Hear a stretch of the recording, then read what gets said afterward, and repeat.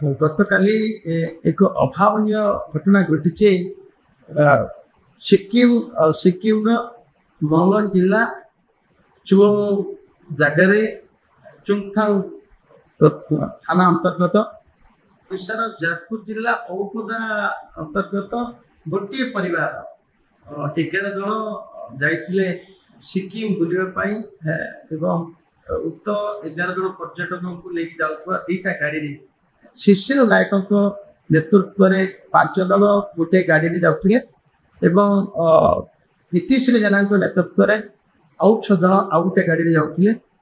ବାଟରେ ଚୁମଙ୍ଗ ଜାଗାରେ ଗ୍ୟାଙ୍ଗଟକ୍ ଯିବା ରାସ୍ତାରେ ସେଠି ଇତିଶ୍ରୀ ଜେନାଙ୍କ ନେତୃତ୍ୱରେ ଯାଉଥିବା 6 ଜଣ ନେଇ ଯାଉଥିବା ଗାଡ଼ିଟି ତଳକୁ ଖସି ପଡ଼ିଥିଲା ଏବଂ ତିସ୍ତା ନଦୀ ଭିତରକୁ ଘୁଷି ଯାଇଥିଲା। ସେଠି ନଦୀ କଡ଼ରେ କଚାଡ଼ି ବୋଧେ 2 ଜଣ ସେ ଗାଡ଼ିର ଯାତ୍ରୀ ପର୍ଯ୍ୟଟକ 2 ଜଣ ସାହିଲ ଜେନା ଓ ସାହିରା ଜେନା ଯାହାକୁ ଉଦ୍ଧାର କରାଯାଇଛି। ତାକୁ ଗ୍ୟାଙ୍ଗଟକ୍ ହସ୍ପିଟାଲ ମଧ୍ୟ ପଠାଯାଇଛି।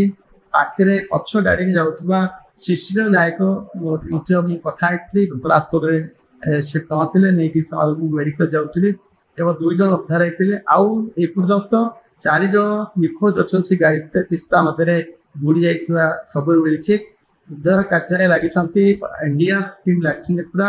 ସେଇଠି ଅନନ୍ତ ଜୟ ଯିଏ କଲେକ୍ଟର ଅଛନ୍ତି ଜିଲ୍ଲାର ମୁଁ ବି କଥା ହେଇଥିଲି ଏବଂ ମନୀଷ ପ୍ରଧାନ ଯିଏ ଟ୍ରାନ୍ସପୋର୍ଟ ସେକ୍ରେଟାରୀ ଅଛନ୍ତି ସେ ଲଗାତାର ଆମ ସହିତ ସମ୍ପର୍କରେ ଅଛନ୍ତି।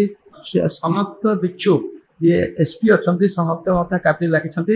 ଆମେ ଆମ ଓଡ଼ିଶା ଆମ ସରକାରଙ୍କ ତରଫରୁ ଆମେ ବିକାଶ ଚୌଧୁରୀ ଏବଂ ଦୀପ୍ତି ପାତ୍ର 2 ଜଣ ଅଧିକାରୀଙ୍କୁ ମଧ୍ୟ ଆମେ ପଠାଇଛୁ। ସେମାନେ ପହଞ୍ଚି ଗଲେଣି।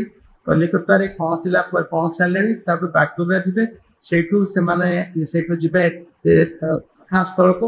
ଉଦ୍ଧାର କାର୍ଯ୍ୟ ଯେତେ ଶୀଘ୍ର ହେବ ଏବଂ ଆମେ ସମସ୍ତେ ଆମେ ଆଶା କରୁଛୁ ମାନ୍ୟବର ମୁଖ୍ୟମନ୍ତ୍ରୀ ମଧ୍ୟ ଦୁଃଖ ପ୍ରକାଶ କରିଛନ୍ତି ଘଟଣାକୁ ନେଇ ଏବଂ ସମବେଦନା ଜ୍ଞାପନ କରୁଛୁ। କିନ୍ତୁ ସମସ୍ତେ ସୁସ୍ଥ ସୁସ୍ଥରେ ଫେରନ୍ତୁ। ସମସ୍ତେ ପ୍ରଭୁ ଜଗନ୍ନାଥ କୃପାରୁ ସମସ୍ତେ ଉଦ୍ଧାର ହୁଅନ୍ତୁ ଏବଂ ସୁସ୍ଥରେ ଫେରନ୍ତୁ। ଘଟଣାର ତୁରନ୍ତ ଯାକୁ ପଠେଇବା ଆମର ଅଧିକାରୀମାନଙ୍କୁ ପଠେଇବା ଏବଂ ଟିକିନିକି କରିକିରି ସବିଶେଷ ବିଭାଗକୁ ଦେଉଥିବା ଏବଂ ସବୁ ଘଟଣା ସମ୍ପର୍କରେ ଜ୍ଞାତ କରୁଥିବା ଟ୍ରାନ୍ସପୋର୍ଟ କମିଶନର ମଧ୍ୟ ଅମିତାଭ ଠାକୁର ମଧ୍ୟ ପୁରା ଏ କାର୍ଯ୍ୟରେ ନିୟୋଜିତ ଅଛନ୍ତି।